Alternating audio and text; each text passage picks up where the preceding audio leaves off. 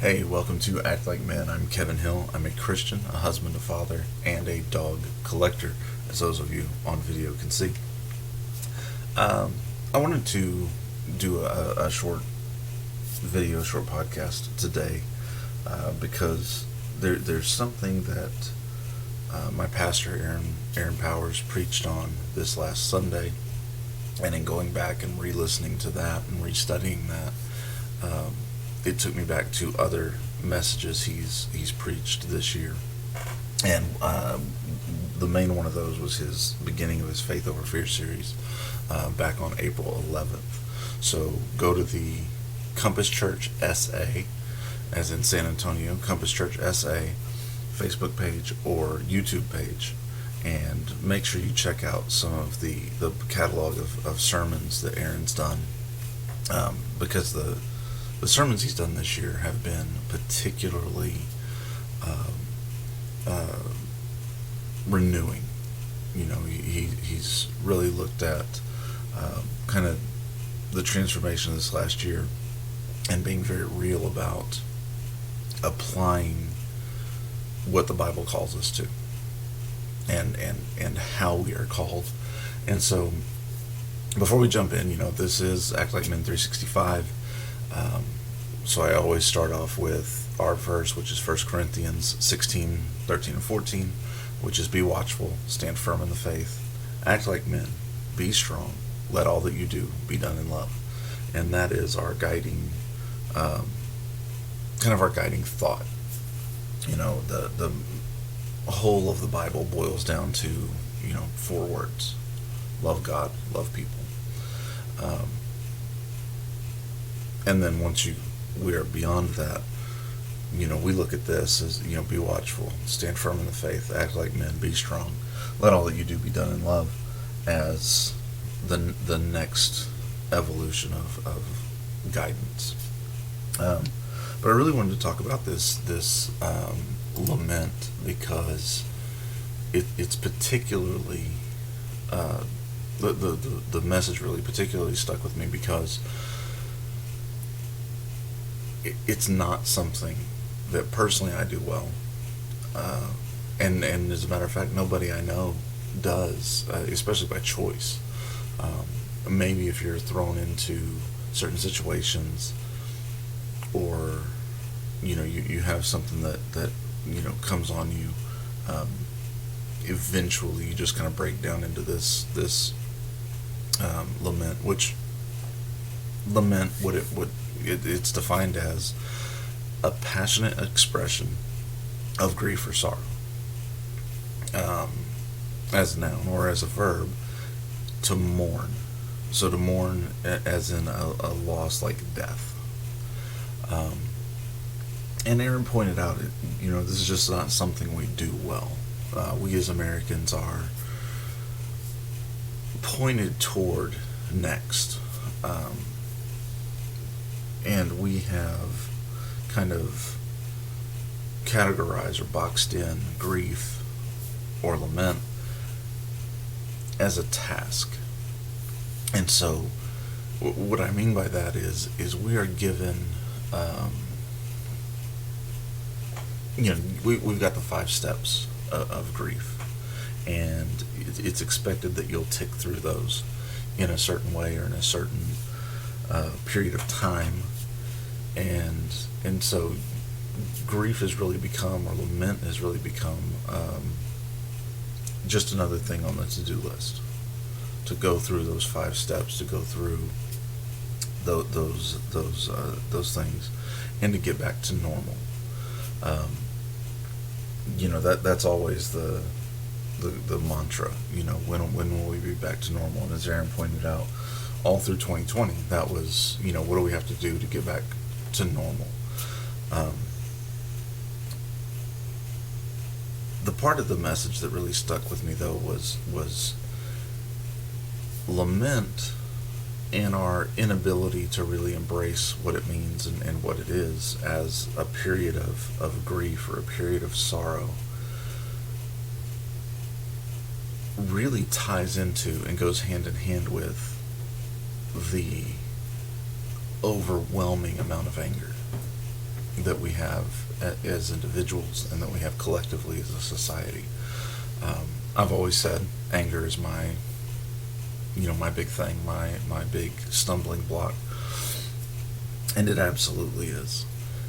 And it may be due to this because I've never considered it, and I don't, in any loss, I bottle, push things, bottle things up, push things down. And then the thing that I, might blow up over may have nothing to do with why I'm actually angry or why I'm actually in that that kind of mind frame. It's but it's a good point that we as a society, since we are conditioned and it's reinforced time after time after time to get back to normal and to go ahead and process things and buck up, that we don't complete the process. And it's significant and it's important. It's biblically important, and it's for your own health individually. It's important. So I just wanted to talk about when we bottle things up for so long, for a lifetime.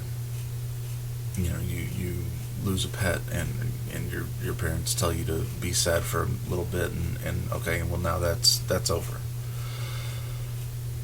You lose a grandparent, you lose a friend, you move, whatever it may be,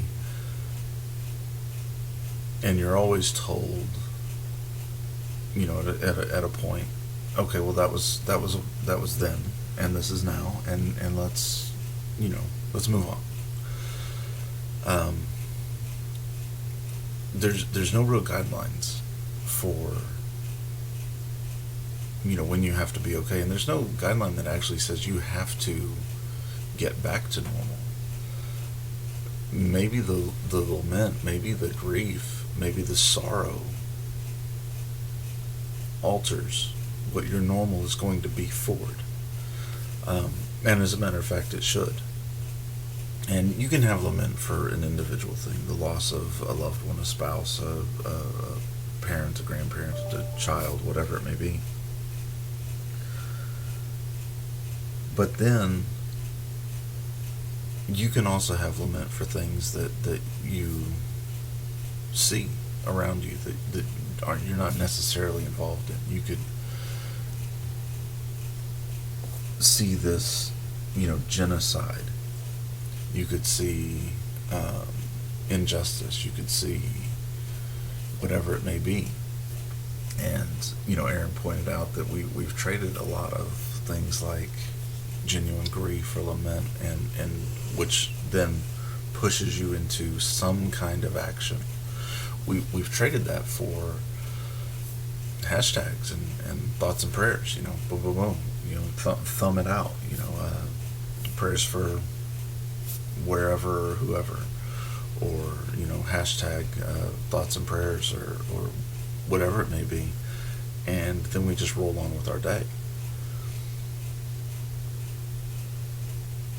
And I want to say that there's a lot of that we need to maybe back up, or maybe just stop where we are and think about the totality of the grief or the loss or the what may be going on, and actually think about it in a way that, how does it apply to where I am, and how can I help where I can reach. I've had rattling around in my head a song by Casting Crowns, "If We Are the Body," and the line in the song is, "If we are the body, why aren't these hands reaching? Why am I not doing? If I'm claiming to be the body of Christ, if I'm claiming to be that representative, why am I not doing what I'm called to do, and what is lined out that I do. And so that's what this is about. You know, a grief that alters, a grief that changes. It may change it may change the state of mind.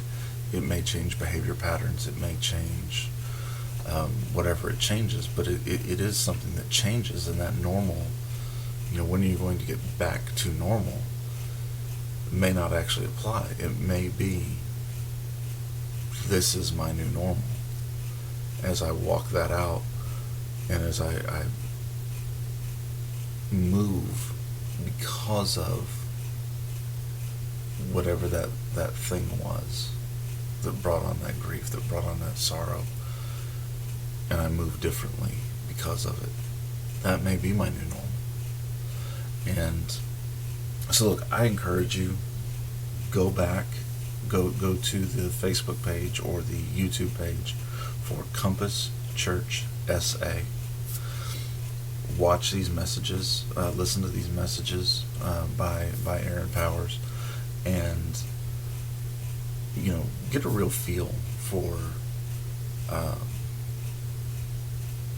how we are, because the mark of spiritual maturity is not knowledge. It's not being able to quote more Bible verses or have a deeper understanding of the sub meanings and the subplots of the stories of the Bible. The mark of spiritual maturity is behavior and action, not knowledge. And so we need to, and I need to make sure that as I become more mature, I am showing that through. Or as I act more, it will reveal that I have become more mature. It won't be that because I'm more mature now I'll act. It will be revealed that way. It won't, it's, if you have to say that you are, you're probably not. That goes for a lot of things. If you're a winner, if you're a leader, if you're whatever, if you have to tell people that you are one, you're most likely not. And so let's keep that in mind, and let's keep in mind that there are things that just over time, and nobody tells you to, hey, buck up and let that thing go. Nobody tells you that out of ill will. Nobody tells you that because they want you to shortchange the process or to suffer. They tell you that because they want what's best for you. But it's not always what's actually best for you, because that's our personal, our human perspective on it. It's not a biblical or godly perspective on it. And so that's why we need to be in the Word, and we need to be taught by those who know better, and we need to be receptive to that. And if you go through this process, it keeps you from bottling, so it keeps you from becoming angry. It keeps you from lashing out in anger. It keeps you from blowing up over one issue when what your problem was something completely unrelated. It helps you to deal with those things, and grief isn't something that's fun. It's not something that's a state you want to be in, but it's necessary, and it was given to us as a gift, as something that we can use again to change on a foundational level, and then walk out that change. Just something to think about. Lament and grief and sorrow. Think about it in your life. Where have you experienced a loss or experienced that sorrow that you might not have processed all the way out? You might not have processed it all. You may have just pushed it down, and think about the times you get angry. Um, you know, is it after you've been bottling these things up? Is it one of those things? So think about these things. Go back and listen to Faith Over Fear, especially the beginning of the series back from April 11th, and listen to that series. The next series was Renew. Every series this year has been incredibly impactful. It's all very applicable in how you're supposed to go through growing in your spiritual journey. And so that's what we want to help you do here. And the best way that I can think of to do that right now is to point you toward Compass Church and the preachings of Pastor Aaron Powers. And so, anyway, have a great day. Thank you for joining us. We really appreciate you guys. We love you guys, and what we're about is men coming closer to and pursuing their design and their purpose. And this is a big way to do this, because anything that addresses anger, especially within us guys, that's something that's just toxic in our homes. It's toxic within ourselves. That's why we die so early. And so it's something that we need to address, and have that friend that you can go to and say, man, I am struggling with this. My heart is heavy. I am profoundly sad over this. If you don't have that friend, reach out to us. actlikemen365@gmail.com. Go to the website, actlikemen365, and at the bottom of every page there's a contact us. Do that. And if you don't have someone to lean on and just to say, that this crushes my spirit, we'll do that. We'll be that for you. We'll help you to walk through that. We love you guys, and we know that men are foundational to this society and to what it at times has been and what it can be. We love you guys. Be watchful.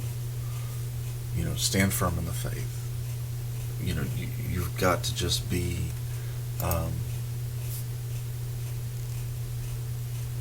society needs us to be strong.